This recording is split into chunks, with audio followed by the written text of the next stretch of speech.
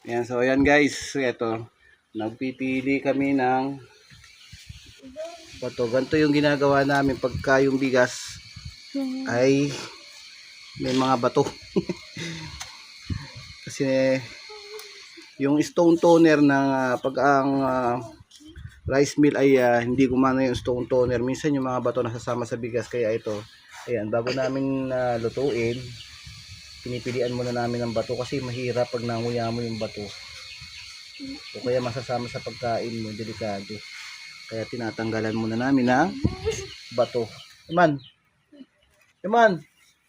Ayan. Yung hearings ako. O, ayan. O.